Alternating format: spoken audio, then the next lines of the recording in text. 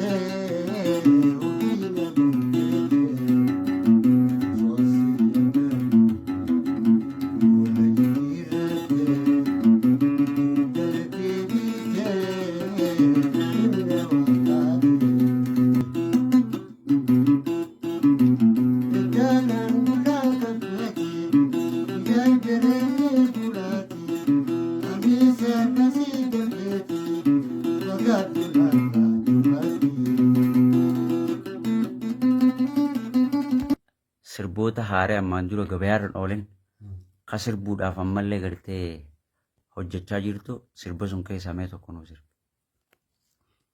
Tokkos sirba.